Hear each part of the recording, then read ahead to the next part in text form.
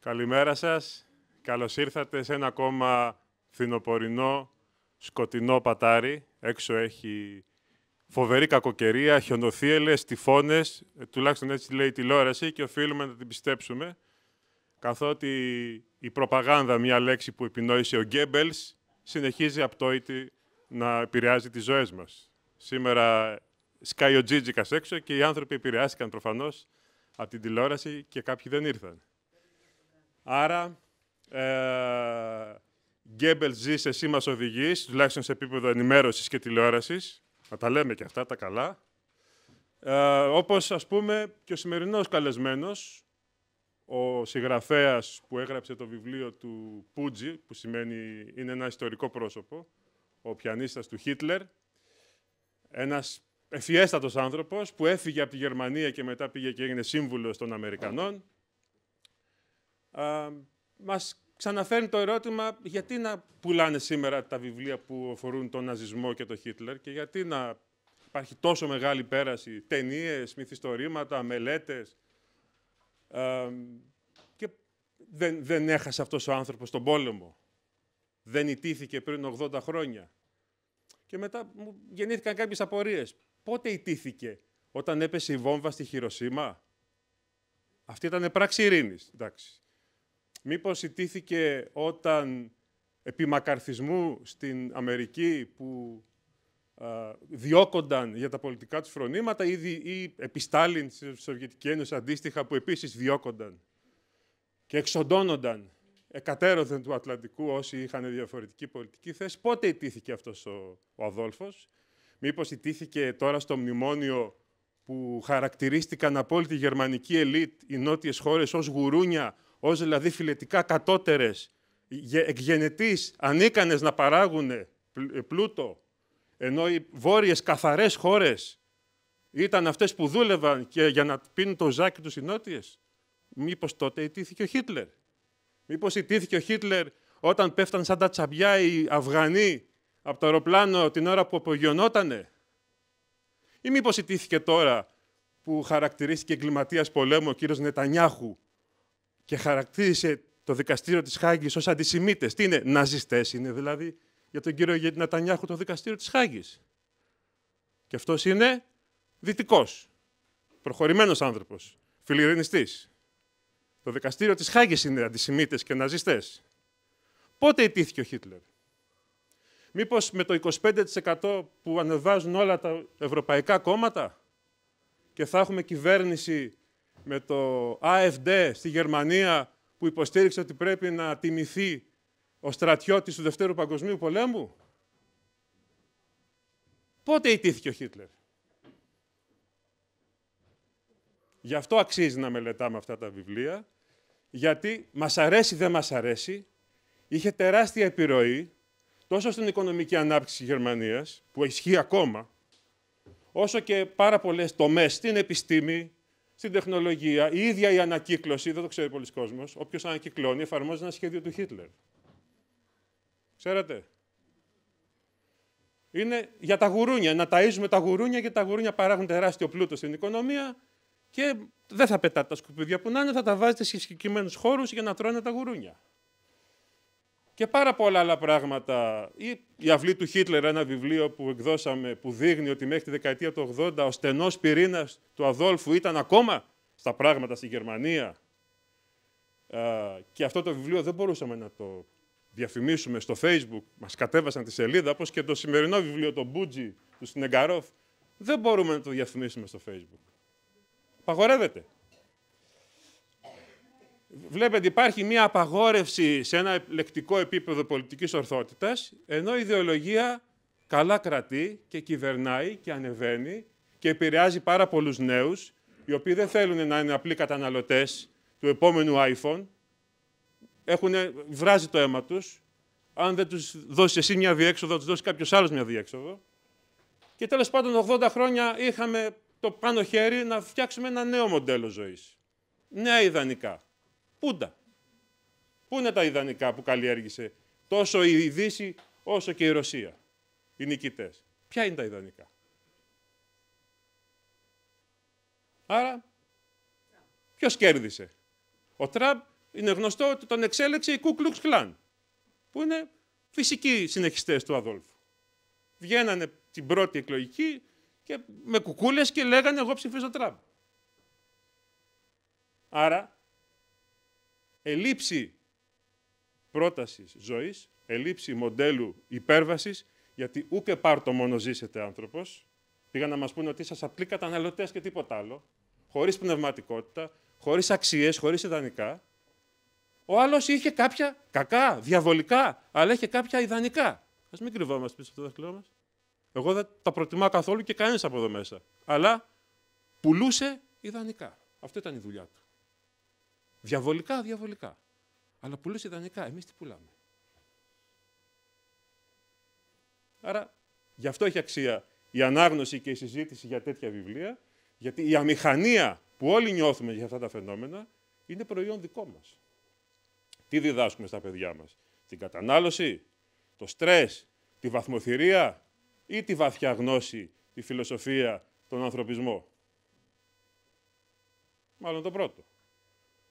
Άρα, αν θέλουμε αυτό το πράγμα να μην συνεχιστεί, πρέπει να γίνουμε ζωντανά παραδείγματα και όχι να καταγγέλουμε τον Α, το Β, το Γ. Αυτός όσο τον καταγγέλεις δυναμώνει.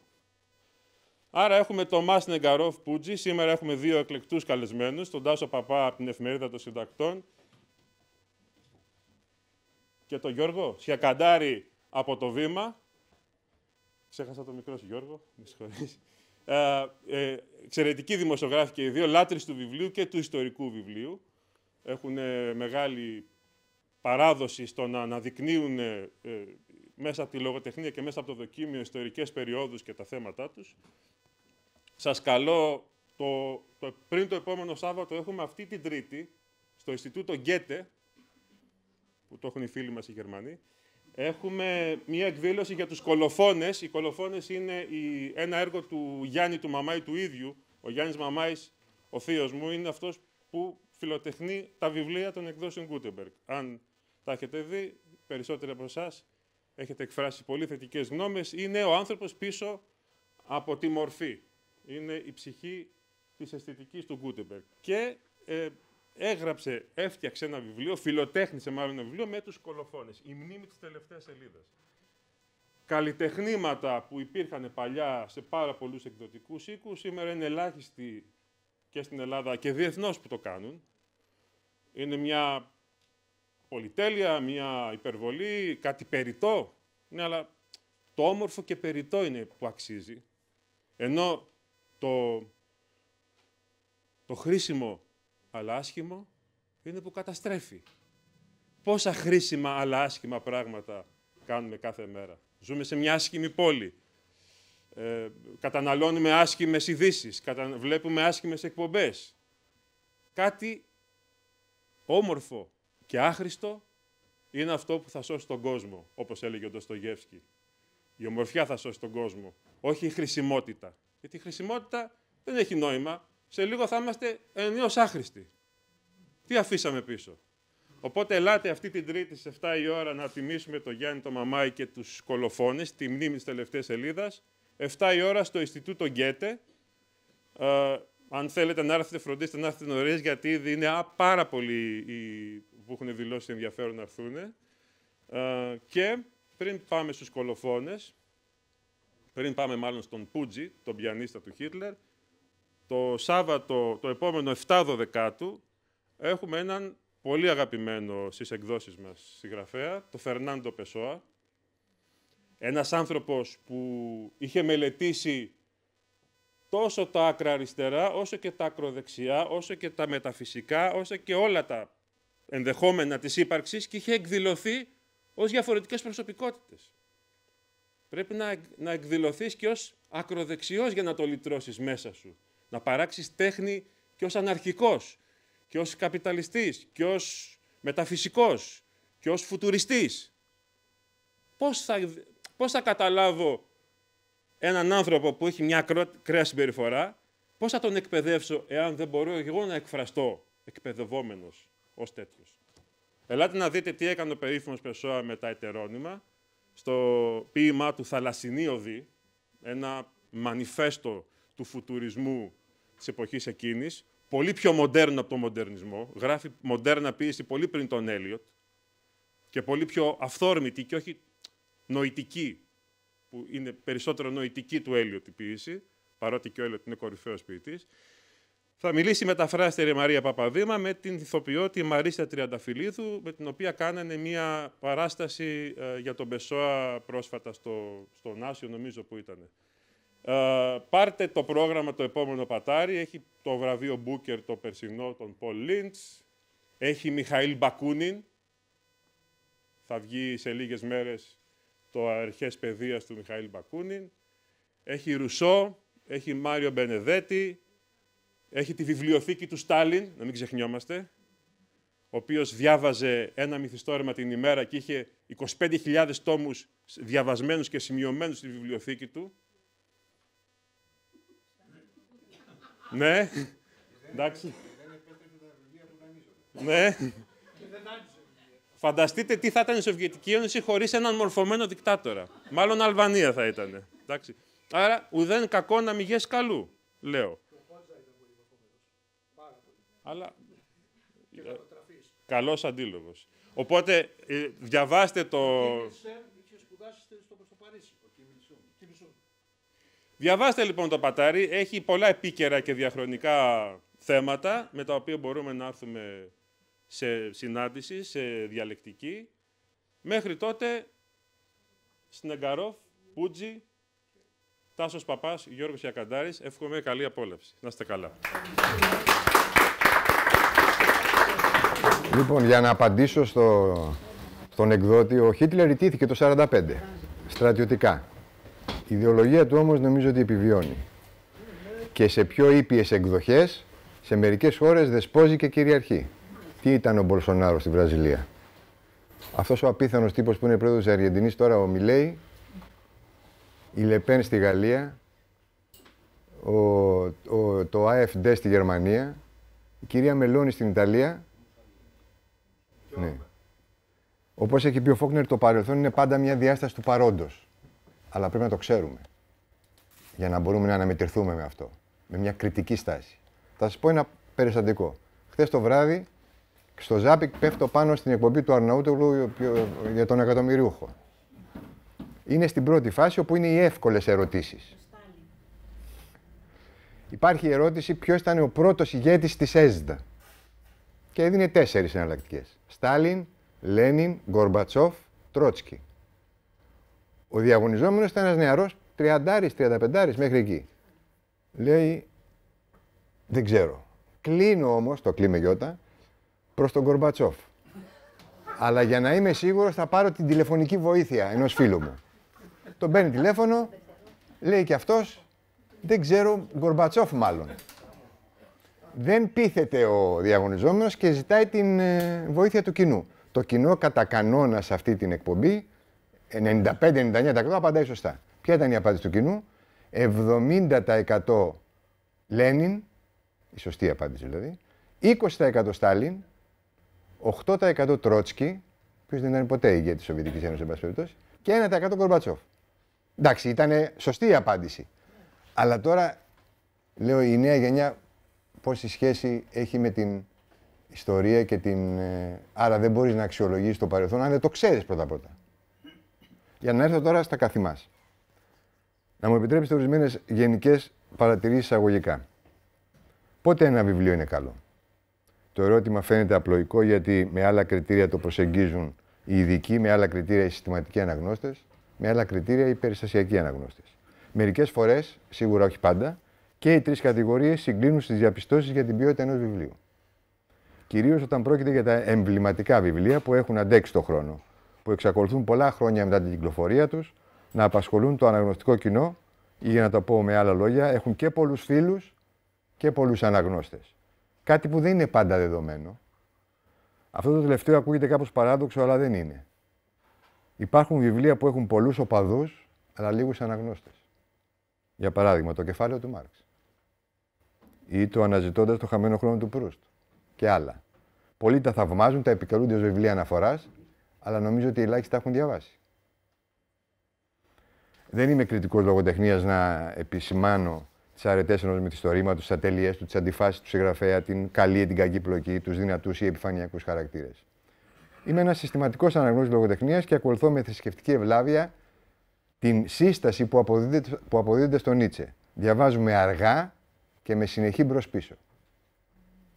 Τα κριτήρια μου λοιπόν δεν είναι τόσο αυστηρά όσο ενός κριτικού. Το μ' αρέσει ή δεν μ' αρέσει προκύπτει από ορισμένες απλές ενδείξεις. Αν το βιβλίο σε βουτάει από το λαιμό από την αρχή και σε παρασύρει. Αν σε βάζει στη λογική να ταυτιστείς ή να μισήσεις τους ήρωές του. Αν σε υποχρεώνει να βρεις χρόνο εγκαταλείποντας άλλες ασχολίες σου για να συνεχίσεις να το διαβάζεις. Αν δεν θες να τελειώσει. Αν ολοκληρώνοντας την ανάγνωση συμφωνείς, δεν συμφωνείς με τον συγγραφέα και τα μηνύματα που εκπέμπει, σε βάζει σε προβληματισμό, σε απασχολεί τις ώρες της περισυλλογής, το συζητάς δηλαδή με τον εαυτό σου, αν το προτείνεις σε φίλους, αν το συζητάς με άλλους. Προσωπικά δεν ανήκω στην κατηγορία εκείνων των αναγνωστών που λένε ότι διαβάζουν απνευστή, δηλαδή χωρίς σταματημό. Που διαβάζουν, για παράδειγμα, 4 βιβλία την εβδομάδα. Έχω τέτοιους γνωστούς. Αναρωτιέμαι πού βρίσκουν τον χρόνο να το κάνουν. Όταν τους ρωτάω να μου περιγράψουν την υπόθεση ενός εξ αυτών, τα πλεονεκτήματα και τα μειονεκτήματα, συνήθως μπερδεύονται. Μπερδεύουν τα βιβλία. Ιδιαίτερα στις περιπτώσεις όπου πρωταγωνιστούν πολλά πρόσωπα. Πιστεύω ότι με τέτοια συχνότητα ανάγνωσης δεν έχεις τον χρόνο να στοχαστείς πάνω σε ένα βιβλίο. Δεν προλαβαίνεις να το αξιολογήσεις σε όλες τις διαστάσεις του. Δεν του δίνεις την ευκαιρία να διεισδύσεις τον εσωτερικό σου κόσμο, να αναμετρηθεί με τις απόψεις σου, τα στερεότυπά σου, τις βεβαιότητές σου και να σε επηρεάσει. Ενδεχομένως και να σε αναγκάσει να αναθεωρήσεις κάποιες από τις συνισταμένες που συγκροτούν τον πνευματικό σου ορίζοντα. Με βάση αυτά που σας ανέφερα, καταλήγω στο συμπέρασμα ότι το βιβλίο για το οποίο συζητάμε σήμερα είναι ένα καλό βιβλίο, ένα βιβλίο που αξίζει να διαβαστεί. Τι μέρος του λόγου ήταν ο Πούτζι? Ήταν ναζιστής? Ήταν και ναζιστής. Ήταν τυχοδιώκτης? Ήταν και τυχοδιώκτης. Ήταν οπορτουνιστής πλήρους απασχόλησης? Ήταν και από αυτό. Συνεπώς ένα πρόσωπο παντός καιρού ή όπως τα λέγαμε στα καθημάς και με τον χωροφύλαξ και με τον αστιφύλαξ. Αντιγράφω από τον πρόλογο του βιβλίου στη γαλλική έκδοση. Για κάποιους υπήρξε προδότης ή ένας αφαιρέγγιος παλιάτσος. Για άλλους πάλι ένας από τους προτεργάτες του κακού. Ο Πούτζι γοητεύτηκε από τον Χίτλερ σε βαθμό φανατικό. Γοήτευσε και τον Χίτλερ. Προσπάθησε να τον πείσει να μάθει αγγλικά, δεν τα κατάφερε. Προσπάθησε να τον πείσει να συμμαχίσει με τις ΗΠΑ, απέτυχε. Ήταν για κάποιο διάστημα στο στενό περιβάλλον του. Οι σχέσεις τους προκαλούσαν τους βασικούς συνεργάτες του Χίτλερ, οι οποίοι έκαναν τα πάντα για να τον απομακρύνουν. Η αίσθησή μου είναι πάντως ότι ο Χίτλερ δεν τον αντιμετώπιζε ως πολιτικό σύμβουλο, αλλά ως διασκεδαστή του. Όταν απομακρύνθηκε από το περιβάλλον του Χίτλερ, επέλεξε να γίνει πληροφοριοδότης των Αμερικανών. Ήταν μια πράξη εκδίκησης? Ήταν μια κίνηση αυτοκριτικής? Νομίζω πως ήταν μια κλασική στάση ενός οπορτουνιστή. Το βιβλίο προσφέρεται όμως για να αναμετρηθούμε και με άλλα ζητήματα που απασχολούν την ιστορία, τις πολιτικές επιστήμες, την κοινωνιολογία και την ψυχολογία. Προσωπικά δεν πιστεύω στη θεωρία της συλλογικής ευθύνης. Θεωρώ ότι είναι ένας εύκολος τρόπος δαιμονοποίησης και δεν πρέπει να τον υιοθετούμε. Ωστόσο, ομολογώ πως στην περίπτωση του ναζισμού η άποψή μου, στα όρια της πεποίθησης και της βεβαιότητας, έχει κλονιστεί. Ο Έγγελς έλεγε στην εποχή του ότι ο γερμανικός λαός είναι ο πιο πρικισμένος λαός της Ευρώπης. Γιατί αυτός ο λαός δεν αντιστάθηκε? Γιατί στήριξε με τόσο πάθος το καθεστώς, ακόμα και τις μέρες της κατάρρευσής του? Μια απάντηση δίνει ο Ράιχ στο βιβλίο του «Γιατί επικράτησε ο Χίτλερ». Αναφέρει ότι μέχρι τον Χίτλερ οι άνθρωποι γενικά απλά ανέχονταν την τυραννία. Στην εποχή του όμως προχώρησαν ένα βήμα πιο πέρα στον παραλογισμό, υποστηρίζοντας ενεργά την τυραννία. Για πρώτη φορά στην ιστορία, επισημαίνει, αποκαλύφθηκε η μέχρι τότε άγνωστη σημασία του ανορθολογισμού στην κοινωνική διαδικασία. Πώς το πέτυχε ο Χίτλερ αυτό? Όπως σημειώνει ο Ράιχ, ενισχύοντας τη γερμανική αυτοεκτίμηση με την έντονη ρατσιστική προπαγάνδα. Κατά την άποψη του Χάιντεγκερ, που υπηρέτησε το ναζιστικό καθεστώς και δεν βρήκε μια κουβέντα να το κατακρίνει μετά την πτώση του, η Γερμανία και η γερμανική γλώσσα, την οποία έκρινε ότι μπορούσε να συγκριθεί μόνο με τα αρχαία ελληνικά, είχαν κληθεί να εκφέρουν και να βιώσουν τόσο το αποκορύφωμα του ανθρώπινου μεγαλείου, όσο και την ίδια την Άβυσσο. Προφανώς δεν υπάρχει αμφιβολία ότι στην περίπτωση του ναζισμού έχουμε την Άβυσσο. Σχετικές αναφορές που συνηγορούν υπέρ της παραπάνω προσέγγισης, περί συλλογικής ευθύνης δηλαδή εννοώ, υπάρχουν στο βιβλίο. Στη συζήτηση που είχε ο συγγραφέας με τον σκηνοθέτη Ζίμπερμπεργκ, έχουμε τον εξής διάλογο. Ρωτάει: στην ταινία σας Χίτλερ, μια ταινία από τη Γερμανία, ο Χίτλερ εμφανίζεται ως ανδρίκελο. Δεν είναι αυτή η εικόνα που έχουμε συνήθως. Κατά την άποψή σας, ποιος κινεί τα νήματα, οι βιομήχανοι? Η απάντηση του σκηνοθέτη: αχ, δεν με καταλάβατε καθόλου, αγαπητέ φίλε. σχολιάζει ο συγγραφέας. Ο σκηνοθέτης θέλει να κάνει εντύπωση. Όταν σπάει επιτέλους τη σιωπή του, η απάντησή του μου κόβει την ανάσα. Ποια ήταν η απάντηση του σκηνοθέτη που τάραξε στο συγγραφέα? Η εξής. Μα οι Γερμανοί φυσικά. Οι Γερμανοί. Ο Χίτλερ είναι ένα προϊόν της γερμανικής ιστορίας.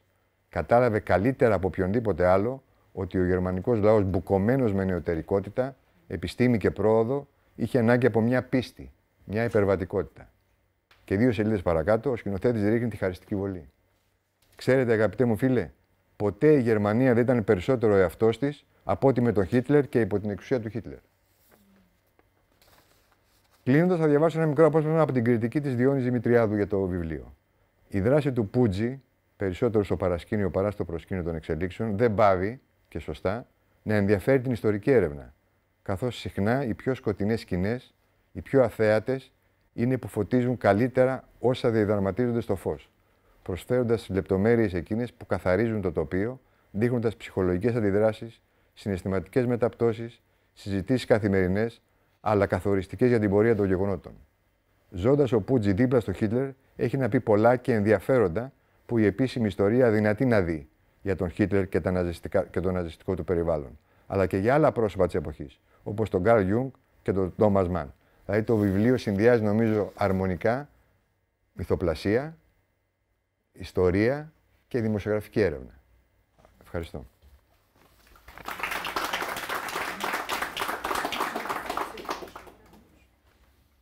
Καλημέρα σας και από μένα. Καταρχάς θα ήθελα να ευχαριστήσω όλους εσάς που σε μια μέρα που, όπως είπε και ο Κώστας, έχουμε λίγο τρομοκρατηθεί για το τι θα συμβεί. Αποφασίσατε να... Κοιτάω έξω να δω αν έπιασε βροχή.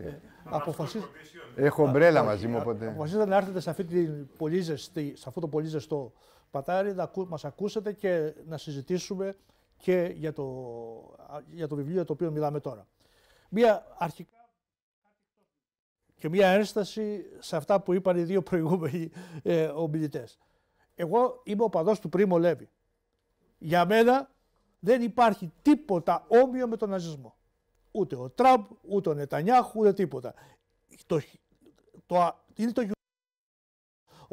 ο ναζισμός. Είναι κάτι το ανεπανάληπτο που εύχομαι, παρόλο που ζούμε σε πάρα πολύ δύσκολους καιρούς, εύχομαι να μην το συναντήσουμε ποτέ μας ξανά. Αλλά δυστυχώς, δεν έχει εδώ ευτυχώς, δυστυχώς δεν υπάρχει τίποτα όμοιο με αυτόν. Και όλα τα γεγονότα που συνέβησαν μετά, και η βόμβα, η πυρηνική βόμβα, και αν θέλετε και τη σύγχρονη εποχή, ακόμα και η εξόντωση ενός ολόκληρου λαού από τον Νετανιάχου και όσα συνέβησαν στις ασιατικές χώρες στις δεκαετίες του 60 και του 70, στην Άπο Ανατολή κτλ. Δεν μπορούν να φτάσουν. Γιατί όμως? Γιατί από πλευράς θυμάτων, παραδείγματος χάρη, ο Στάλιν έχει σκοτώσει περισσότερους από ό,τι ο Χίτλερ.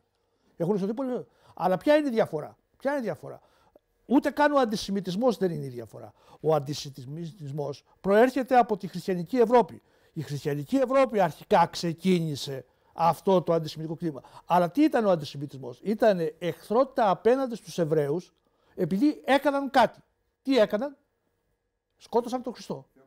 Θεοκτονία. Είναι θεοκτόνοι. Γι' αυτό. Ο Χίτλερ όμως και ο αντισημιτισμός του Χίτλερ είναι κάτι που θέλει να εξολοθρεύσει τους Εβραίους, όχι επειδή έκαναν κάτι, αλλά επειδή υπάρχουν. Επειδή είναι.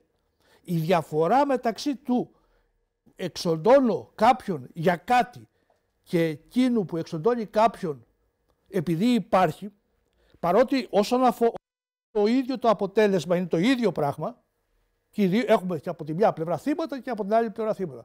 Όσον αφορά όμως το ιδεολογικό background που κρύβεται από πίσω, τις ιδεολογικές αποσκευές που κουβαλούνται πίσω από αυτή την αντίληψη, είναι τεράστια. Και γι' αυτό μιλάω ουσιαστικά ότι ο Χίτλερ και ο Στάλιν σκότωσε με εκατομμύρια, εξόντωσε, εξολόθρευσε εκατομμύρια, είτε άμεσα είτε πολύ περισσότερο μέσω της εξορίας και των φυλακίσεων και των κακουχιών που πέρασαν αυτοί οι άνθρωποι, όχι επειδή υπήρχαν, αλλά επειδή δεν ήσαν ή ήσαν εχθροί του. Επειδή δεν ήσαν φίλοι του και ήσαν εχθροί του. Τώρα να πάμε στο βιβλίο. Το βιβλίο, κοιτάξτε, εγώ διαβάζω ιστορικό μίστομα, αν και η έφεση μου είναι προς το δοκίμιο. Και γράφω δοκίμια, αλλά και περισσότερο κάνω βιβλιοκρισίες για δοκίμια. Όμως όλα τα, όπως παραδείγματος χάρη για τα βιβλία του Στάλιν που έχω γράψει και για αυτό το βιβλίο, όπως και για του Πούτζη. Στην Book Press θυμάμαι και στα νέα, αν θυμάμαι καλά τώρα, δεν θυμάμαι και πού τα έχω γράψει. Και ούτε έχει μεγάλη σημασία αυτό για τη συζήτησή μας. Και όταν μου αρέσει ένα μυθιστόρημα, γράφω και γι' αυτό. Όταν διάβασα αυτό το μυθιστόρημα, παιδιά, φίλες και φίλοι, συγκλονίστηκα. Τα έχασα. Γιατί πραγματικά εδώ ήταν σαν να έβλεπα μια ωραία ταινία. Μια ταινία, έλεγα παιδί μου, άμα ήμουν σκηνοθέτης και άμα είχα λεφτά, αυτό το πράγμα θα το έκανα ταινία. Θα το έκανα ταινία γιατί βγάζει από μέσα. Έχει, όπως το είπε και στο τέλος της ομιλίας του ο Τάσος, έχει μυθιστορία, σαφώς, έχει μυθοπλασία, έχει ρεπορτάζ, έχει ντοκιμαντέρ και έχει και ειδήσεις. Πολλά πράγματα μαθαίνουμε για το περιβάλλον του Χίτλερ, όπως και για τα παιδιά του Χίτλερ, που διαβάζουμε εκεί μέσα. Ακόμα και για τα βιβλία του Στάλιν, που και το έχω γράψει. Λοιπόν,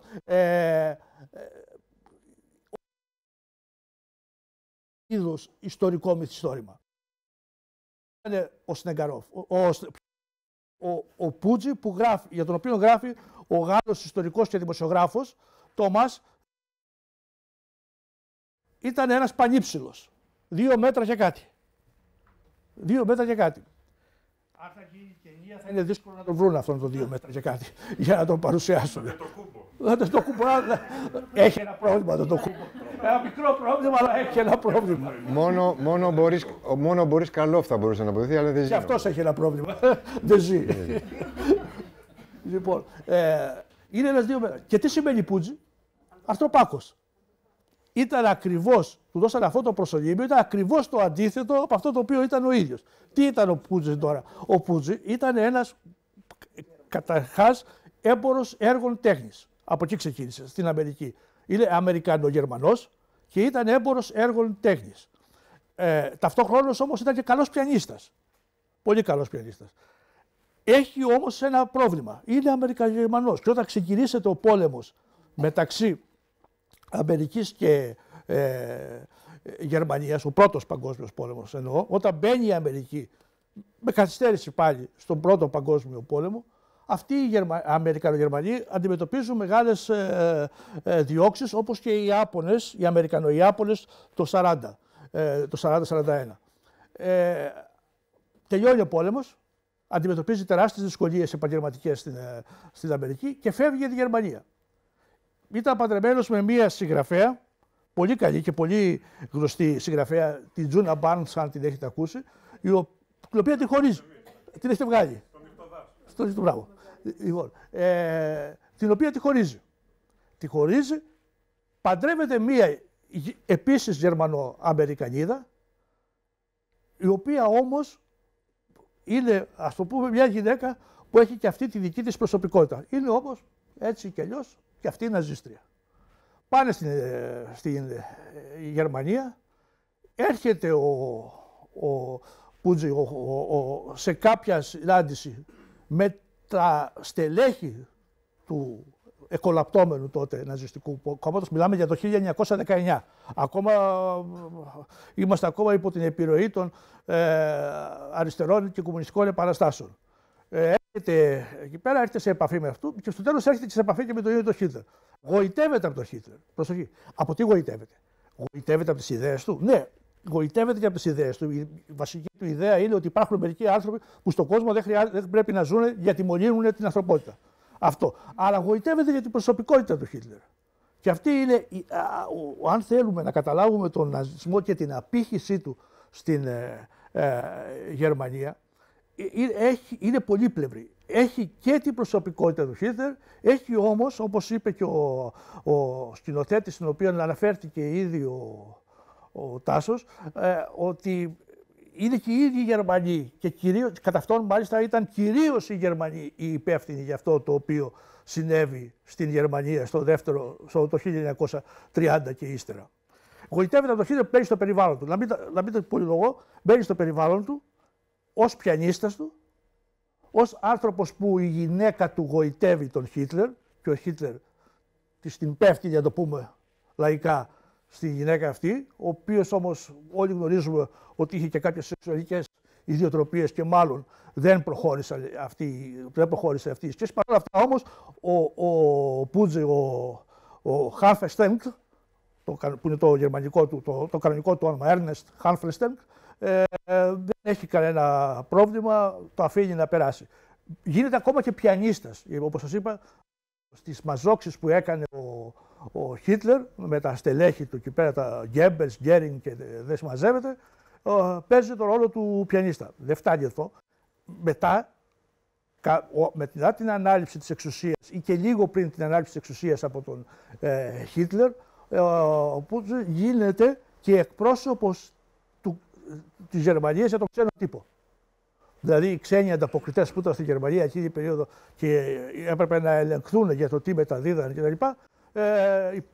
Έπρεπε να πηγαίνουν στον Πούτζε για να έχουν οποιαδήποτε πληροφορία όσον αφορά το τι σχεδιάζει το καθεστώς. Και για συνεντεύξεις βέβαια με τον Χίτλερ κτλ. Τα φέρνει όμως η μοίρα εντός εισαγωγικών, καθαρά εντός εισαγωγικών, να πέσει σε δυσμέλεια, κυρίως σε δυσμέλεια απέναντι στον Γκέμπελς. Γιατί αγωνιστεί στο θέμα της προπαγάνδας. Γι' αυτό και είχε, ας το πούμε, μια λυκοφιλία με τον Γκέρινγκ, ο οποίος πιο πολύ ήταν αντίπαλος του Γκέμπελς. Και αρχίζει να φοβάται τη ζωή του πλέον. Ήρθε σταδιακά, τον πετάει και αρχίζει να μπαίνει σε δυσμέλεια. Τότε αναγκάζεται, φοβούμενος για τη ζωή του, να πάει στην Ελβετία. Εκεί στην Αγγλία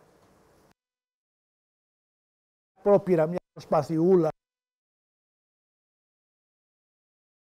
για να επανέλθει. Του λένε διάφοροι, καταλαβαίνει ότι αν επικοινωνήσει τη ζωή, είναι τελειωμένος. Πάει στην Αγγλία και μετά πάει στην Αμερική. Και πώς τα φέρνει η μοίρα. Έχετε δει και το Οπενχάιμερ, υποθέτω οι περισσότεροι από εσάς, όπου βρεθήκαν σε στρατόπεδα ειδικά στην Αμερική, όπου όπως και ο Πούτζε συζούσαν με αντιναζιστές που το είχαν σκάσει από τη Γερμανία, με Εβραίους και με φιλονάδες και με Ναζί. Καθαρά Ναζί. Λοιπόν, αυτός προσπαθεί να αποφασίζει πλέον να μεταδίδει πληροφορίες για τη Γερμανία στον Ρούσβελτ και στην Αμερικανική ηγεσία. Είναι λόγια η βιογραφία του. Μετά πλέον από την πτώση του ναζισμού περιθωριοποιείται, κάνει κάποιες προσπάθειες να επανέλθει όχι τόσο πολύ ως μεγάλο και σημαίνον πρόσωπο, αλλά ως έμπορος έργων τέχνης, αλλά όμως δεν τα καταφέρνει και θα σας πω και στο τέλος, κοιτώντας παραδείγματος χάρη στο καθρέφτη του, στο τέλος του βιβλίου, μεταφράζει και σε μια πάρα πολύ καλή και εξαιρετική μετάφραση, αξιέπαινη. Μεταφράζει λοιπόν το εξής. Βλέπει στο Πούτζε πλέον, πριν πεθάνει, βλέπει έναν άντρα που στην πατρίδα του έχασε τα πάντα και μακριά από την πατρίδα του δεν κέρδισε τίποτα. Βλέπει, το ερώτημα που έβαλες, ένα γελοτοποιό που σε βάρος του γελάμε και που η ιστορία δεν τον θέλει. Αυτή την αίσθηση έχει ο Πούτζε στο τέλος της ζωής του για τη ζωή του την ίδια.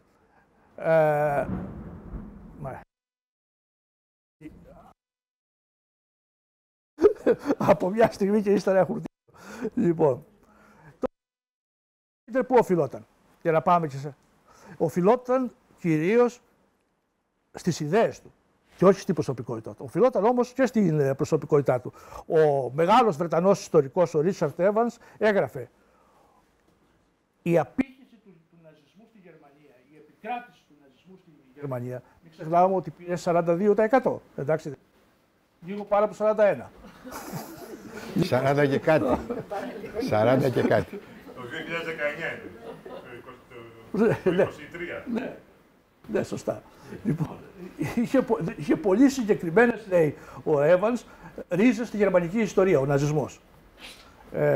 Είχε πολύ συγκεκριμένες ρίζες στη γερμανική ιστορία και αντλούσε από ιδέες που ήταν μέρος μιας πολύ συγκεκριμένης γερμανικής παράδοσης. Ο Στενκαρόφ, ο συγγραφέας αυτού του βιβλίου, φαίνεται να συμφωνεί με τον Evans γι' αυτό. Και γι' αυτό και παραθέτει και τη συνομιλία του, την οποία μας ανέφερε ο Τάσος προηγουμένως, με τον Hans Jürgen Zimmerbeck, για την ταινία του Zimmerbeck, ο Χίτλερ, μια ταινία από τη Γερμανία. Εκεί ο Zimmerbeck ουσιαστικά έγινε μισητός στους Γερμανούς. Γιατί? Ότι όλη η ευθύνη γι' αυτό δεν είναι τόσο του Χίτλερ όσο των Γερμανών. Ένας λαός που έχει ζήσει κάτω τον Καντ, τον Φίχτε, τον Σέλινγκ, τον Σίλερ, τον Γκέτε, το έλεγε ο θέτης, η του, να... Και όμως, εδώ θα έλεγα ένα τίτλο, ουσιαστικά για το βιβλίο, είναι το βιβλίο θα μπορούσε να ονομάζεται και αλλιώς «Η Σαγίνη του κακού».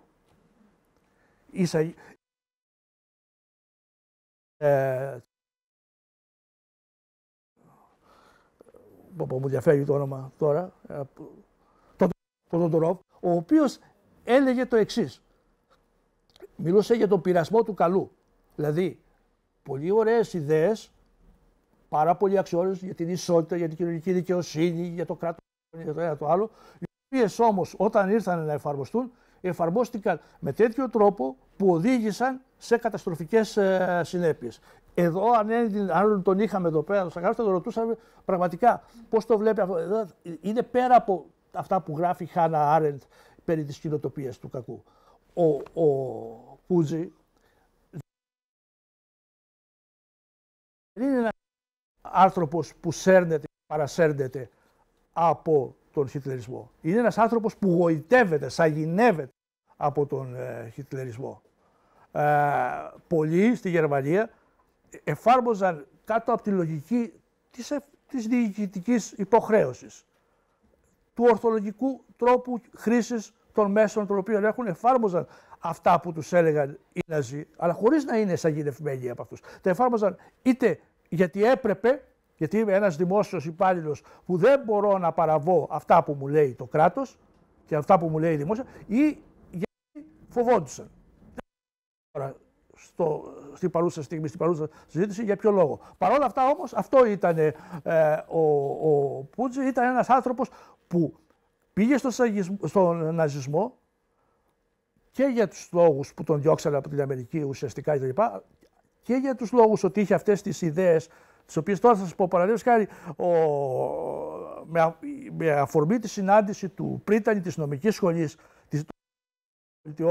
της Νέας Υόρκης, του Πάουντ, με ναζί νομικούς και με τον Υπουργό Δικαιοσύνης της Βαβαρίας, Hans Frank, τον γνωστό Hans Frank, πριν αρχίσουν να γίνεται η εξόντωση, πριν ξεκινήσει ο πόλεμος, ο Αμερικανός τους έλεγε, ο Αμερικανός πρίτανης, προσοχή, σε μια χώρα δημοκρατική, σε μια χώρα που είχε βγάλει τον νου. Ο Αμερικανός πρίτανης είπε στους Ναζί εκεί πέρα πως ο πραγματικός κόσμος, λοιπόν, δεν μπορεί να ανεχθεί το φαινόμενο της ανάμειξης των φυλών. Αυτό ήταν. Εδώ είναι. Τι λιγότερο και τι περισσότερο θέλαν να ακούσουν οι Ναζί από αυτόν τον άνθρωπο. Η ανάμειξη των φυλών είναι ό,τι χειρότερο μπορεί να είναι. Λοιπόν, ο Πούτζι πίστευε σε αυτό, ότι το μεγαλύτερο κακό που μπορεί να κάνει στον άνθρωπο, τον σαγίνευσε αυτή η αντίληψη. Ότι το μεγαλύτερο κακό που μπορεί να κάνει στην ανθρωπότητα είναι να αναμίξει στις φυλές. Εκεί στην Αμερική είχαμε την Ku Klux Klan και τους μαύρους Αφροαμερικανούς. Εδώ έχουμε τους Εβραίους, οι οποίοι πρέπει να τιμωρηθούν όχι για αυτό που έχουν κάνει, όπως έλεγε ο χριστιανικός αντισημιτισμός, αλλά επειδή υπάρχουν, επειδή είναι. Είναι φοβερό αυτό το πράγμα, το επαναλαμβάνω και πάλι, γιατί έχει μεγάλη σημασία. Τελικά, και τελειώνω. Ποιος ήταν τελικά ο Πούτιν? Δεν μπορούμε να απαντήσουμε. Εμείς, ό,τι να σας πούμε, δεν θα μπορέσουμε να σας δώσουμε την εικόνα, θα δώσουμε μάλλον μια πολύ θολή εικόνα ποιος ήταν ο Πούτιν. Το καλό είναι το οποίο το συνιστώ ανεπιφύλακτα και επειδή είναι και, όπως σας είπα και προηγουμένως, και σε πολύ καλή μετάφραση. Λοιπόν, αυτό που μας προειδοποιεί ο συγγραφέας του για τον Πούτιν είναι το εξής. Ότι όταν γίνεσαι περιβάλλον ολοκληρωτικών ηγετών, κινδυνεύεις, μάλιστα από την αρχή, γιατί σας λέω από το 19 μπήκε στο περιβάλλον του 19-20 μπήκε στο περιβάλλον του Χίτλερ ο Πούτζη, κινδυνεύεις να φύγεις πρώτος. Με το Στάλιν δεν έχουμε τα... Δεν ακούγεστε γιατί έχει χαλάσει, θέλω να πάρετε αυτό. Πάλι χάλασε. Πάνω στο Στάλιν. Στο Στάλιν, ναι. Είναι ζήσεις, εσύ μας οδηγείς. Λοιπόν, ναι, θέλω να πω το εξής. Ουσιαστικά είπα ότι ο συγγραφέας μας προειδοποιεί με το παράδειγμα του Πούτζη ότι αυτοί που μπαίνουν σε ολοκληρωτικά περιβάλλοντα και μάλιστα από την αρχή τους όπως ήταν ο Πούτζη, δηλαδή ο Πούτζη μπήκε στο περιβάλλον του Χίτλερ από το 19 μέχρι το 21 που γνωρίστηκε και πάρα πολύ καλά με τον ίδιο τον Χίτλερ. Κινδυνεύουν επειδή ξέρουν πολλά για αυτούς να τεθούν εκτός, να τεθούν στο περιθώριο. Να φυλακιστούν, να εξοριστούν, να εξοντωθούν, να εκτελεστούν και ούτω καθεξής. Αυτό έπαθε ο Πούτζη. Ο Πούτιν, λοιπόν, αυτό έπαθε ο Πούτζη. Ο οποίος γράφει κάποια στιγμή, για αυτό, μάλλον ο συγγραφέας γράφει, για τον άνθρωπο λέει που είδε τον Χίτλερ να φλερτάρει με την επίσης ναζί γυναίκα του, που τον είδε σε στιγμές απώλειας της αυτοπεποίθησης του, που τον είδε να μην θέλει να αλλάξει τίποτα πάνω του, ούτε καν το μουστάκι του να κόψει, ούτε να μάθει αγγλικά, ούτε να μάθει να χορεύει βάλς, πόσο μάλλον να συνενέσει στο βασικό όνειρο του Πούτζη, που ήταν η συμμαχία Αμερικής, Ηνωμένων Πολιτειών Αμερικής και η Γερμανία για να πάψουν οι φυλές να αναμειγείονται. Αυτό είναι το μοτίβο. Λοιπόν, δεν μπορούσε να αποτελεί φίλο του μέχρι το τέλος. Κανείς δεν μπορεί να είναι φίλος των ολοκληρωτικών ηγετών μέχρι το τέλος. Γιατί ανά πάσα στιγμή κινδυνεύει να γίνει φόβος για τους ηγέτες, να αποτελέσει φόβητρο για τους ηγέτες ότι θα μαρτυρήσει αυτά τα οποία έχουν κάνει οι ίδιοι. Αυτό αφηγείται ο συγγραφέας, ο Σνεγκαρόφ, με γραφειρό τρόπο, αλλά ταυτοχρόνως παραδίδει και ένα λογοτεχνικό μάθημα για το πώς λειτουργεί ο άνθρωπος στα ολοκληρωτικά καθεστώτα ή πώς ακόμα και σοβαροί άνθρωποι στα ολοκληρωτικά καθεστώτα μετατρέπονται σε ανθρωπάκους. Σας ευχαριστώ πολύ.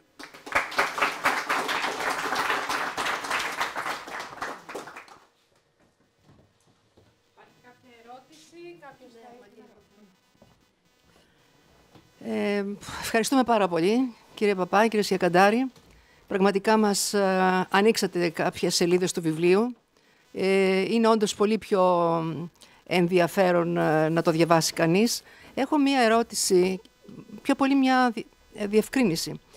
Τονίσατε και επαναλάβατε, κύριε Σιακαντάρη, ότι δεν τους εξόντωσαν για αυτό που έκαναν, για τη θεοκτονία, αλλά για αυτό που ήταν. Αυτό το ήταν, αυτό το είναι αόριστο, είναι ασαφές, δεν έχει μια ιδιότητα. Δηλαδή, ωραία, υπήρχαν οι Εβραίοι, αλλά εκπροσωπούσαν κάτι. Ήταν κάτι για την κοινωνική και πολιτική ζωή. Δεν ήταν απλώς υπάρξεις, είχαν ιδιότητα. Δεν έπαιζε ρόλο, δηλαδή, η ιδιότητά τους. Αυτό που σήμαιναν για την κοινωνία της Γερμανίας και για τον κόσμο γενικότερα. Ωραία. Να απαντάμε κάθε μία. Εγώ ακούγομαι τώρα, Ωραία. Έφυγε ο Στάλιν, ακούγομαι. Μόλις ξαναμιλήσω για το Στάλιν θα πέσει. Εκτός αν εσείς κάνατε την προβοκάτσια. Λοιπόν, να απαντήσω. Θεώρησα αυτονόητο ότι αυτό που ήταν ότι ήταν Εβραίοι. Αυτό είναι. Ότι ήταν μια φυλή ουσιαστικά η οποία για χι λόγους, σύμφωνα με τον Χίτλερ και τον ναζισμό, δεν ήταν άνθρωποι, ήταν γουρούνια. Ήταν κάτι το οποίο έπρεπε να πεταχτεί στο στάβλο στον οποίο ήταν ή και ακόμα περισσότερο να το σφάξουν για να το πουλήσουν.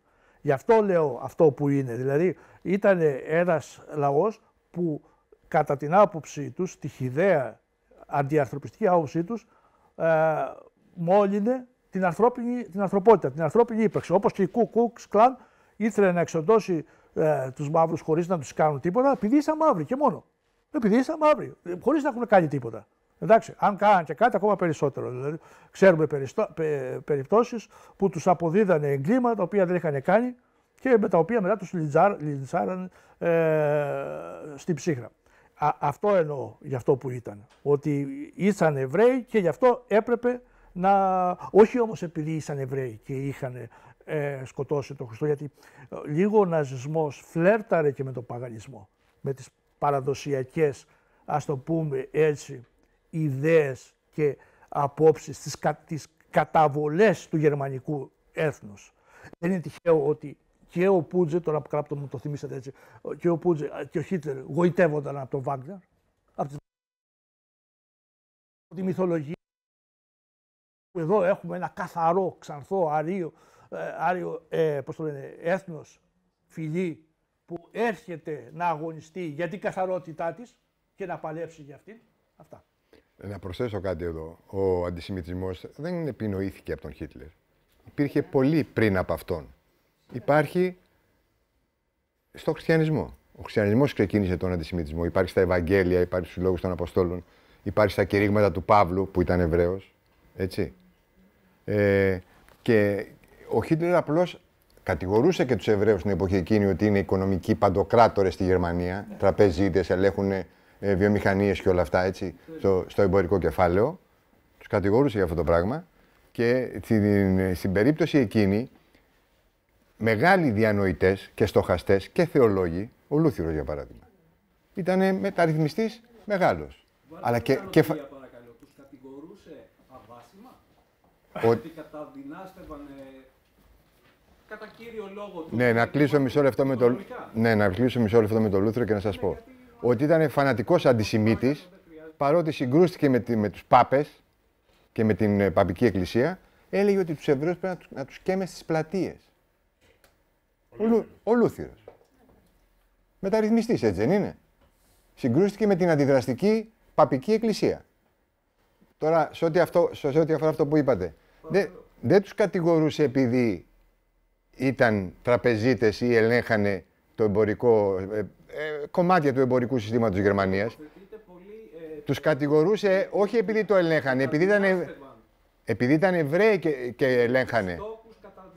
Σας θυμίζω τη βασική θεωρία του Χίτλερ και των οπαδών του για τον Εβραιομπολσεβικισμό. Έτσι. Θέλω να πω ότι ήταν ένα συνδυασμό. Ναι. Να εκτεθώ τη στιγμή που κάνω μια τοποθέτηση. Ονομάζομαι Γλεζάκος Γεώργιος. Είμαι 51 ετών. Είμαι επαγγελματίας τυποτέχνης. Μου φίλοι και ποιητής. Και αν το θέλετε ιδεολογικά, εντάσσομαι από τα πολύ παιδικά μου χρόνια στο χώρο της αναρχίας. Λοιπόν, προσπαθείτε τόση ώρα δια του λόγου σας και των τοποθετήσεώς σας, εγώ αυτό εισέπραξα και σφίξατε τα στομάχια μου.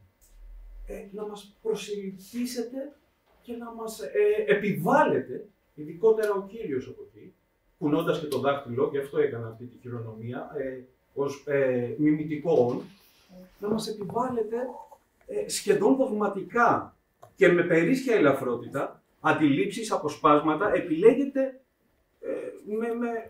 με άτεχνο τρόπο και μας παρουσιάζετε τι είπε ο τάδε, ποια ήταν η θεωρία τάδε, τι ήταν. Σας διέφυγε όταν μιλήσατε για το τέρας του ναζισμού, ότι υπήρχε ο Μεσαίωνας, υπήρχε το Βυζάντιο, υπήρχαν οι Σταυροφόροι. Ξέρετε, δεν απέχουν οι πολιτικές τους. Οι πολιτικές τους εδράζουν σε συγκεκριμένους πυλώνες. Στο κέρδος, την εξουσία, την επέκταση. Κατέβηκα να αγοράσω ένα βιβλίο του Νίτσε, ο Αντίχριστος, επειδή έχω γοητευτεί από την προσωπικότητα και τη ροή του λόγου του Ήρων Αποστολίδη. Κατέβηκα να αγοράσω αυτό το βιβλίο και είπα, δεν το συνδυάζεις. Να έρχομαι πρώτη φορά εδώ και ζητάω συγγνώμη από τον οικοδεσπότη αν γίνομαι εριστικός, αλλά στα 51 μου, το να ξοδεύω το χρόνο μου ή να καπηλεύονται το χρόνο μου, δεν το θεωρώ σκόπιμο και φρόνιμο. Μιλήσατε σαν προπαγανδιστής, σαν τα ξέρω από πρώτο χέρι, τα έζησα, ήμουνα στο περιβάλλον του Χίτλερ. Ξαναλέω, ονομάζομαι Γεώργιος Γλεζάκος και είμαι αναρχικός. Με δράση, με χιλιόμετρα στο λεκανοπέδιο της Αττικής και όχι. Ωραία, μπορούμε να συνεχίσουμε. Ναι. Καταρχάς, το 1933, ο Καρλ Γιούγκ, που αδίκως κατηγορήθηκε για φιλοναζισμό, το έχω ψάξει το θέμα και βγήκε μια καταπληκτική βιογραφία από τις εκδόσεις Πατάκη πρόσφατα, συμμετείχε σε μια έκδοση που ήταν υπό την εύνοια του καθεστώτος, αλλά δεν είχε ναζιστικές απόψεις. Είχε καταγράψει το αρχέτυπο του ολοκληρωτισμού το 1933. Κυκλοφορεί στα ελληνικά. Εκεί λοιπόν προφητεύει με ανατριχιαστικές λεπτομέρειες, βλέπει έναν αρχαίο γερμανικό θεό που ενέπνευσε το Βάγνερ κτλ. Να κάνουν τελετές οι Γερμανοί νέοι σε όλη την επικράτεια, να πηγαίνουν σε όλη την Ευρώπη, να κάνουν στη φύση φυσιολογικές τελετές. Δεν άντεχαν στα παπούτσια του ορθού λόγου. Αυτό που έλεγε ο Νίτσε, ότι δεν μπορείς να έχεις μόνο μεταφυσική, ο Κάντ, ο Χέγκελ, αυτά είναι μεταφυσικές. Ότι το κράτος επιβάλλεται, η κατηγορική προσταγή, πρέπει να υπακούεις. Θες κάθαρση. Οι Γερμανοί λοιπόν αναζητούσαν κάθαρση και αρχέτυπο υπέρβασης. Μετά τη λήξη του πολέμου γράφει ο Γιούγκ τη συνέχεια του δοκιμίου και λέει δυστυχώς η πρόβλεψη αυτή επιβεβαιώθηκε. Τώρα αναφορικά με αυτά που είπες Γιώργο στην αρχή, η ευγονική, γιατί ο Χίτλερ έκανε ευγονική. Πετάω το άχρηστο και κρατάω το καθαρό. Η ευγονική, σύμφωνα με τη σύγχρονη επιστήμη, πρέπει να την κάνουμε στα ζώα, πρέπει να την κάνουμε στα φυτά και ο άνθρωπος, για τη σύγχρονη επιστήμη επιμένω, θα ακουστεί λίγο οριστικό αυτό, είναι ένα ζώο. Δεν ιστερνίζω με αυτή την άποψη ουδέποτε.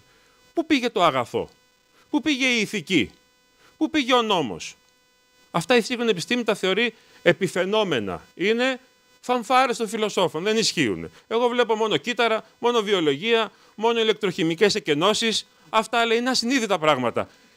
Θα σου πει τώρα ένας ναζιστής, γιατί δέχεσαι την ευγονική στα φυτά και στα ζώα και όχι στον άνθρωπο, αφού δεν τον θεωρείς ότι είναι κάτι το οποίο έχει ψυχή, έχει ένα αγαθό που υπακούει, έχει ιδέες, υπάρχουν αυτές οι ιδέες, οφείλουμε να εκπαιδευτούμε σε αυτές οι ιδέες. Υπάρχει κάτι δηλαδή πέρα από τη σάρκα. Αυτό για τον ευγονική. Άρα υπήρχε πρώτης Γερμανίας, όπως και ο αντισημιτισμός. Οι Άγγλοι είχαν ειδημιστικές υπηρεσίες που καθαρίζανε τον κόσμο με το μάτι, απλώς δεν είχαν την τόλμη να το κάνουν. Και οι Άγγλοι είχαν επιτροπή ευγονικής.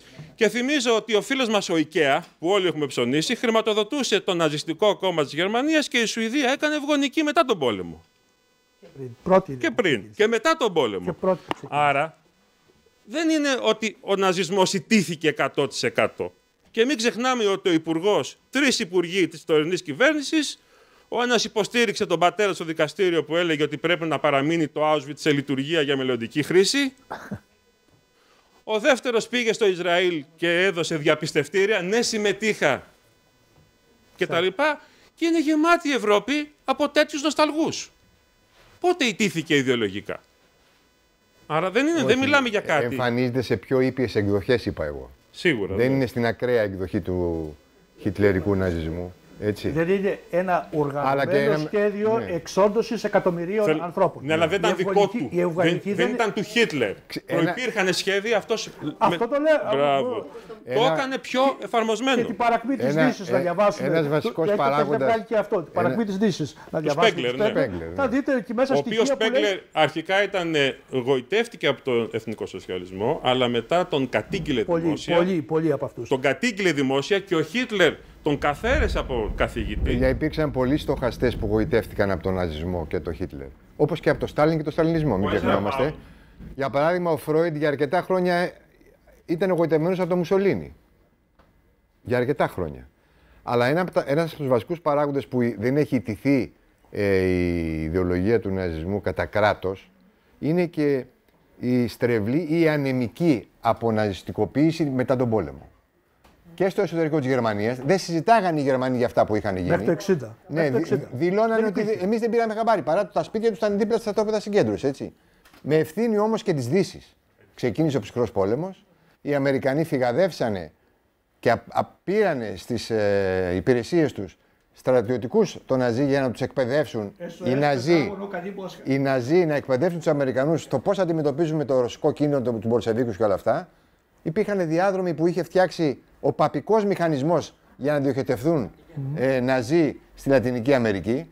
Δηλαδή η Γερμανία δεν αποναζιστικοποιήθηκε στο βαθμό που θα έπρεπε αμέσως μετά τον πόλεμο. Ο Μέγκελ έχερε αμερικανικής προστασίας. Πάντως, να πω κάτι ακόμα. Οι διανοούμενοι γενικά σαγηνεύονται από το κακό. Γιατί δεν ήταν μόνο οι διανοούμενοι που σαγηνεύτηκαν από τον Χίτλερ. Και από το Στάλιν. Να μην ξεχνάμε, παραδείγματος χάρη, πόσο σαγηνεύτηκε ο Πικασό από τον Στάλιν. Πόσο σαγηνεύτηκε ο Νερούντα από τον Στάλιν. Ο Σάρτρ ακόμα περισσότερο. Και πολλοί άλλοι οι οποίοι μέχρι την πρώτη αποσταλινικοποίηση, ας το πούμε έτσι, του Χρουστσόφ γοητεύτηκαν. Αλλά και μετά. Είναι εύκολο να ταχθείς με το κακό για να κάνεις αυτό που είπε τον Ντορόφ. Η γοητεία, όχι μόνο η σαγίνη του κακού, αλλά και η γοητεία του καλού.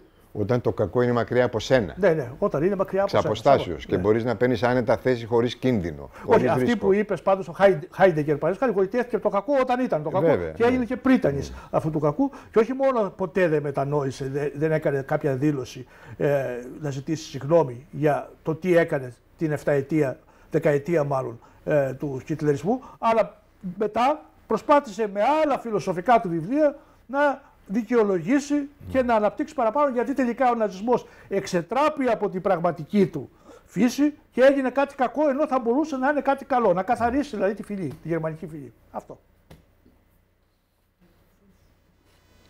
Ίσως πρέπει να αναφερθούμε και στο γεγονός ότι εκτός από τους Εβραίους, στόχος ήταν οι Τσιγκάνοι, οι ομοφυλόφιλοι και οι άνθρωποι με κινητικά προβλήματα. Σαφώς, ναι.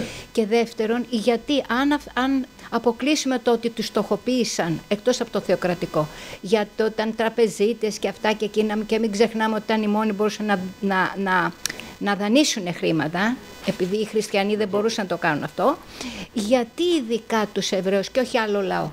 Θα σας πω, άλλο φιλί. Ναι, κοιτάξτε, γιατί οι Εβραίοι ήσαν τραπεζίτες. Γιατί οι Εβραίοι έγιναν τους. Γιατί είχαν αποκλειστεί από το δημόσιο. Οι Έλληνες κομμουνιστές δεν είναι εκείνοι οι οποίοι στελεχώνουν ουσιαστικά το μικρομεσαίο τομέα της χώρας μας. Επαγγελματίες, φουρνάριδες, ζαχαροπλάστες. Γιατί αποκλείστηκαν από την ομή και από την πρόσβαση στο κράτος. Το ίδιο συνέβη και με τους Εβραίους. Όταν τους απέκλειαν ουσιαστικά από το να ενταχθούν στο κράτος στο οποίο ζούσαν, έπρεπε να βρουν έναν τρόπο. Και μην ξεχνάμε βέβαια ότι ελάχιστοι ήταν αυτοί οι οποίοι ήσαν τραπεζίτες. Οι περισσότεροι ήσαν φτωχοί άνθρωποι, και οι φτωχοί άνθρωποι που ζούσαν σε περιθωριακές συνοικίες. Απλώς έχει διωγγωθεί ο μύθος του Εβραίου πλουτοκράτη και έχει φέρθει ακόμα και σήμερα αναφέρεται και να μας κάνουν τέτοιες ερωτήσεις. Θεμητές ή αθέμητες, δεν ξέρω. Εγώ θα μπορούσα στην ερώτηση του κυρίου, δεν θα ασχολόμουν όμως με τη συμπεριφορά του μετά, δεν έχει σημασία. Σημασία έχει όμως ότι αυτή η ιδέα, ότι ρε παιδί μου, μήπως και τελικά είχε και κάποιο δίκιο ο Χίτλερ που εξόντωνε τους Εβραίους, μήπως υπάρχει κάτι κακό σε αυτή τη φυλή εκγενετής και πρέπει να το ξεριζώσουμε. Αυτή είναι πολύ επικίνδυνη. Συγγνώμη, εγώ μεγάλωσα με μια γιαγιά που μου έλεγε ότι αν δεν φάω το φαΐ μου θα έρθουν οι Εβραίοι να με πάρουν. Ένα στερεότυπο το οποίο αναπαράγεται. Εντάξει, όχι τα τελευταία χρόνια έχει υποχωρήσει. Η δικιά μου έλεγε θα έρθουν οι φασίστες. Ναι, ήταν άλλες κατηγορίες. Το Στογεύσκι είναι γεμάτος χαρακτηρισμούς του Εβραίου. Αλλά επειδή πήγαμε στη Γερμανία και στην Ελλάδα του Χίτλερ, δεν είναι αφορμή να στοχαστεί κάποιος οι δυνάμεις εκείνες που ήταν αντίπαλες του ναζισμού. Γιατί αντί να πολεμήσουν τον ναζισμό, πολεμούσαν μεταξύ τους. Κομμουνιστές, σοσιαλιστές, για παράδειγμα. Ο Χίτλερ ευνοήθηκε από τον εμφύλιο μεταξύ κομμουνιστών και σοσιαλιστών. Οι κομμουνιστές αντιμετώπιζαν τους σοσιαλδημοκράτες σαν σοσιαλφασίστες, έτσι, και οι άλλοι ως Μπολσεβίκους που ήταν το ίδιο κακό πράγμα με τους ναζιστές. Όταν αποφάσισαν να ενωθούν ήταν αργά πλέον και τελικά κατέληξαν όλοι και στις φυλακές. Πείτε και για τους Τσιγκάνους και τα άλλα. Ναι, έχετε δίκιο. Και όλοι οι σοβαροί η ιστοριογραφία γράφει ότι ουσιαστικά λένε ότι, υπολογίζουν μάλλον, ότι στα στρατόπεδα εξολοθρεύτηκαν 6 εκατομμύρια, οι οποίοι δεν ήταν όλοι Εβραίοι. 1 εκατομμύριο εξ αυτών ήταν τσιγκάνοι, ομοφυλόφιλοι, κομμουνιστές και Ρώσοι στρατιώτες οι οποίοι είχαν συλληφθεί. Δηλαδή έχουμε ένα πολύ μεγάλο. 1 εκατομμύριο δεν είναι λίγοι, έτσι δεν είναι. Επομένως, πάλι έπεσε. Λοιπόν. Όταν είπες κομμουνιστές πάλι. Τι να κάνω, δεν θα το ξαναπώ.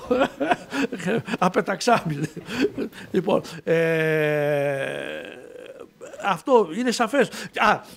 Και τα άτομα με ειδικές ανάγκες.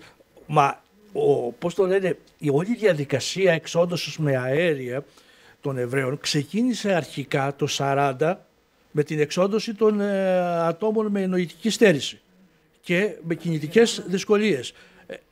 Τότε όμως, για πρώτη φορά, η προτεσταντική κυρίως εκκλησία της Γερμανίας αντιστάθηκε και κατάφερε... Επειδή αφορούσε Γερμανούς όμως. Ναι, επειδή αφορούσε Γερμανούς. Επειδή αφορούσε προτεστάντες Γερμανούς. Ναι. Λοιπόν, έστω και άτομα με ειδικές ανάγκες, έστω και ανάπηρους κτλ.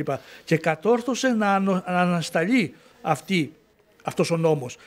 Είχε ξεκινήσει όμως η διαδικασία της δημιουργίας του αερίου Σύκλου, το οποίο οδήγησε από εκεί και πέρα στο 1943 στη μαζική εξόντωση των Εβραίων, αλλά όχι μόνο. Επαναλαμβάνω, και των Τσιγκάνων και των ατόμων με ειδικές ανάγκες, αλλά και των Ρώσων και πολλών εκ των Ρώσων στρατιωτών εχμαλώτων. Και των ομοφυλόφιλων, ναι, όλο. Παρά το γεγονός ότι οι ηγετικά στελέχη των Ναζί ήταν ομοφυλόφιλοι. Έτσι. Τον οποίο βέβαια τον εκτέλεσε. Τον εκτέλεσε ο ίδιος ο Χίτλερ. Πολύ νωρίς. Αλλά όχι επειδή ήταν ομοφυλόφιλος, γιατί εδώ ο Πούτζε αφήνει υπονοούμενα, ο Στεγκαρόφ μέσω του Πούτζε αφήνει υπονοούμενα ότι ο Χίτλερ είχε ομοφυλοφιλικές. Ασεξουαλική προσωπικότητα. Γι' αυτό σας είπα ότι ήξερε πολλά ο Πούτζε για να μείνει στο πενό του περιβάλλον του Χίτλερ μέχρι το τέλος. Μην ξεχνάμε και τις καταβολές, τις ιδεολογικές.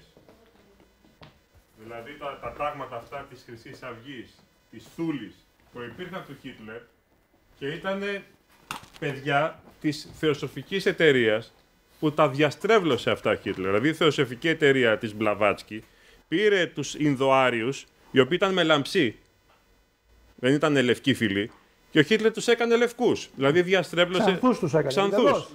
Ενώ όλα αυτά τα τάγματα της Θούλης της Χρυσής Αυγής προϋπήρχαν, δεν μιλούσαν για ξανθούς Ινδοάριους, μιλούσαν για μια εσωτερική άλλη κατάσταση. Όπως διαστρέβλωσε και τον πλατωνικό ιδεώδες και τον Νίτσε και όλα αυτά. Δηλαδή πήρε πράγματα, τους άλλαξε την τροπή και τα παρουσίασε με διαφορετικό πνεύμα.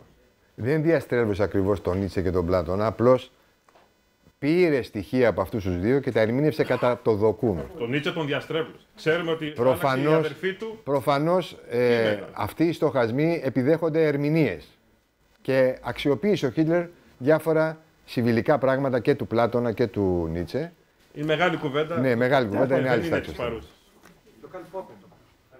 Αυτό ισχύει και για τον Μάρξ, ισχύει και για τον Λένιν, βέβαια, έτσι για όλους. Σας χαιρετώ κι εγώ. Ζητώ συγγνώμη για το περιστατικό. Αλλά δεν δέχομαι που δεν είναι λόγο να κουνάει κανένας άνθρωπος στον άλλον άνθρωπο το δάκτυλο για θέματα ιδεολογιών, πνευματικότητας κτλ. Λοιπόν, ο καθένας έχει την άποψή του και να το σεβαστούμε. Ναι, αν το λέτε σε μένα, δεν μπορούσα να ανεχτώ τον άνθρωπο αυτόν ο οποίος κουνούσε το δάκτυλο στους ομιλητές. Και αυτοί οι άνθρωποι. Αυτοί οι άνθρωποι, λοιπόν, εντάξει. Ήθελα να ρωτήσω το εξής. Υπάρχουν αντίστοιχα φαινόμενα στην ελληνική ιστορία, σε οποιοδήποτε τομέα της ιστορίας, σε οποιοδήποτε, είτε λογοτεχνικό είτε αυτό, που να έχουν ανάμειξη ελληνικά στοιχεία. Έλληνες.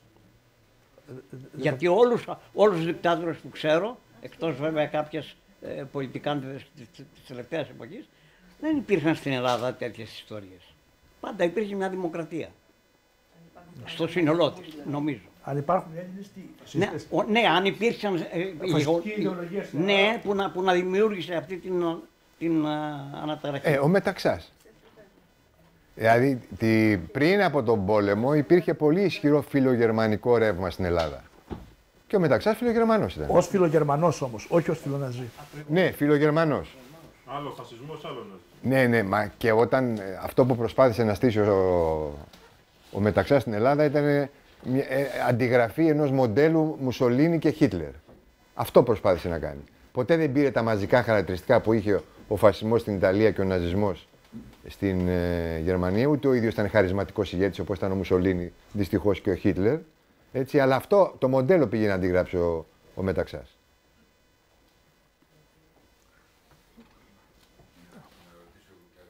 Ναι. Ως προς την κοινοτοπία του κακού που είπατε, που είναι μια θεωρία που διατυπώθηκε, ας πούμε, από τη Χάνα Άρεντ στον Άιχμαν, στο βιβλίο της για τον Άιχμαν. Εν συνέχεια, η Χάνα Άρεντ το ανακάλεσε αυτό. Δηλαδή, το επαναδιατύπωσε. Δέχτηκε μεγάλη κριτική. Και τον έρωσε λίγο. Πολύ. Έριξε λίγο νεράκι. Πολύ. Στο κρασί. Δηλαδή, τελικά, το ερώτημα είναι το εξής. Υποστηρίζετε αυτό ότι πράγματι υπάρχει κοινοτοπία? Πράγματι κάποιοι παρασύρθηκαν επειδή έπρεπε να ακολουθήσουν διαταγές κτλ. Αλλά. Αυτό είναι το πηγάδι. Γιατί εγώ τάσσομαι περισσότερο με τη θεωρία του κυρίου Μπαμπά ότι υπάρχει μια συλλογική ευθύνη. Τώρα, λιγότερο ή περισσότερο, κάτι υπάρχει. Δεν μπορούμε να το ρίξουμε στο ότι παρασυρθήκανε. Ότι δεν άκουσαν, δεν είδαν, δεν μύρισαν. Αυτό ευχαριστώ. Δεν δουλεύω, δεν δουλεύει, Ένα λεπτάκι. Όχι, άστα. Μιλάτε τη λέξη κομμουνισμού. Ναι. ΣΥΡΙΖΑ, ρε παιδί μου. Από Κασελάκης.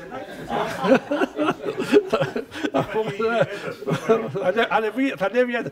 Λοιπόν, τώρα πρέπει να μου δώσετε και τέτοια εδώ, να σηκωθώ, να κάνω διάφορα τέτοια. Λοιπόν, κοιτάξτε, και εγώ το ίδιο είπα. Είπα το εξής. Ανέφερα την Άρεν, αλλά είπα ότι ο Πούτζη, παραδείγματος χάρη, δεν είναι δείγμα αυτής της κοινοτοπίας του κακού. Είναι δείγμα της αγίνης του κακού, της αγίνης του κακού. Δηλαδή δεν έκανε κάτι επειδή ήταν υποχρεωμένος, επειδή το καθήκον του έλεγε κτλ. Επειδή οι νόμοι του κράτους έπρεπε να τηρούνται και απαρέκκλητα, όποιος και να είναι αρχηγός. Όπως υπάρχει αυτό στον γραφειοκράτη Γερμανό. Ο Μαξ Βέμπερ το έχει αναπτύξει περήφανα και περίτρανα μάλλον αυτό το θέμα.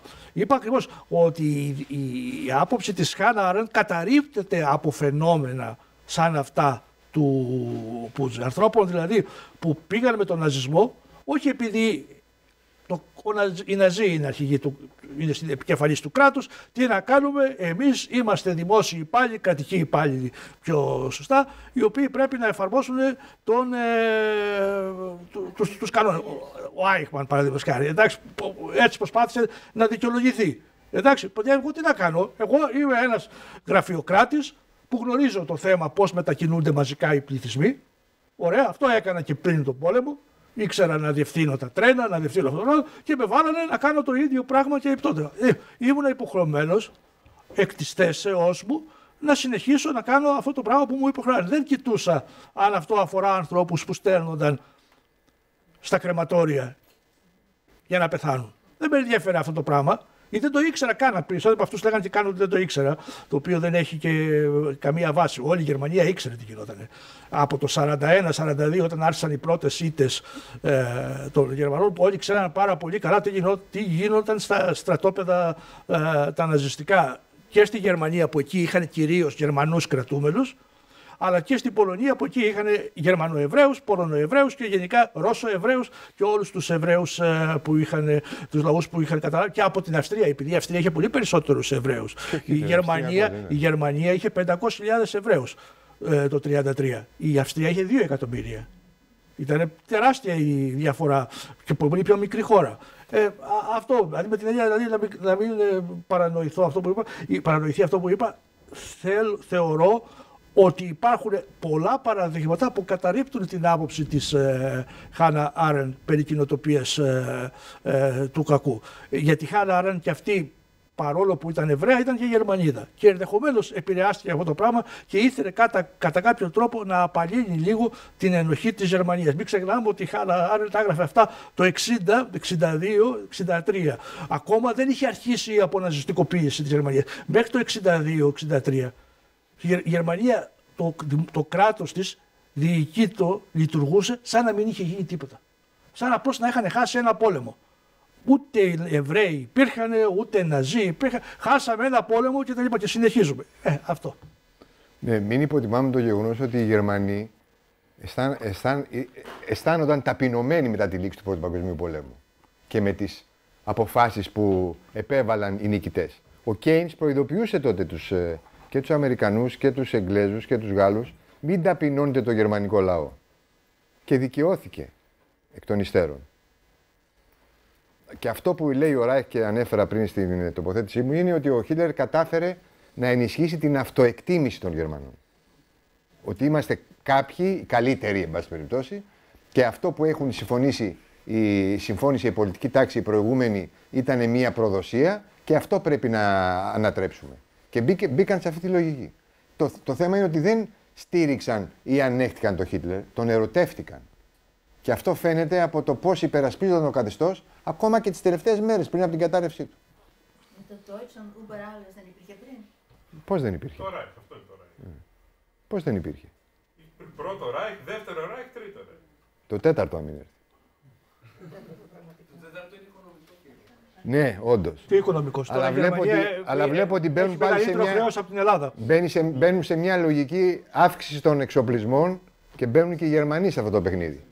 Αν η Γερμανία δηλαδή πάψει να είναι μόνο οικονομική δύναμη και πολιτική θα είναι επικίνδυνη. Πολιτική δύναμη είναι. Στρατιωτική δύναμη δεν είναι ακόμα. Ακόμα. Είχε το απαγορευτικό γι' αυτό. Κάποια άλλη ερώτηση? Δεν ξέρω αν το έχετε πει, αλλά ήθελα να ρωτήσω το εξής. Υπάρχει μια κακή σχέση ανάμεσα στο Χίτλερ και στο Ρούσβελτ. Ενώ αντίστοιχα υπάρχει μια πολύ καλύτερη σχέση ανάμεσα στο Ρούσβελτ και στο Στάλιν. Το ερώτημα είναι το εξής. Ποιος είναι ο ρόλος του Πούτζι, επειδή σε αυτή τη διαφοροποίηση, δηλαδή μπορείτε να έχετε κάποια ένδειξη γι' αυτό, υπάρχει κάτι? Όχι, δεν... Να πω εγώ τότε. Αφού δεν λειτουργεί. Λοιπόν. Ο Πούτζι όλη του τη ζωή πίστευε ότι οι Ηνωμένες Πολιτείες Αμερικής είναι μια άρια χώρα η οποία πρέπει να συνεργαστεί με τη Γερμανία που επίσης είναι τέτοια χώρα. Και όλη του η προσπάθεια ήταν να φέρει σε επαφή τον Χίτλερ με τον Ρούσβελτ και να τους κάνει συμμάχους. Εκεί αισθάνεται ο Πούτζι του 1937 που φεύγει τη μεγαλύτερη αποτυχία της ζωής του. Δεν μπόρεσε, λέει, να πείσει τον Χίτλερ ότι το μέλλον του είναι στη συνεργασία με τους... Και να μάθει αγγλικά δεν μπορούσε να το πει. Καλά, εντάξει, πέρα από αυτό, εντάξει, κι άλλοι δεν μαθαίνουν αγγλικά. Λοιπόν, κόπηκε. Δεν κόπηκε. Λοιπόν, μήπως κόπηκε και το μικρόφωνο τώρα. Λοιπόν, αυτό. Δηλαδή, θεώρησε ως μεγαλύτερη αποτυχία του αυτό ακριβώς το θέμα. Ότι δεν μπόρεσε να φέρει αυτούς τους δύο σε συνεργασία.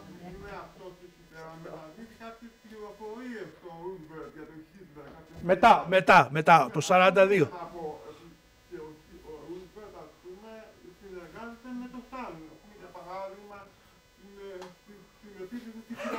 Για παράδειγμα, επεμβαίνει ο Ρούσβελτ και προσπαθεί να γίνει κάποια ανακοπή. Θέλω να πω, αυτό είναι η σκέψη, ότι ο Ρούσβελτ δείχνει να έχει μια καλή σχέση με τον Στάλιν, ενώ δεν είναι καθόλου καλύτερος από το Χίτλερ, άμα το σκεφτούμε, ας πούμε. Πριν από τις 22 Ιουνίου του 1941, αυτό εννοώ.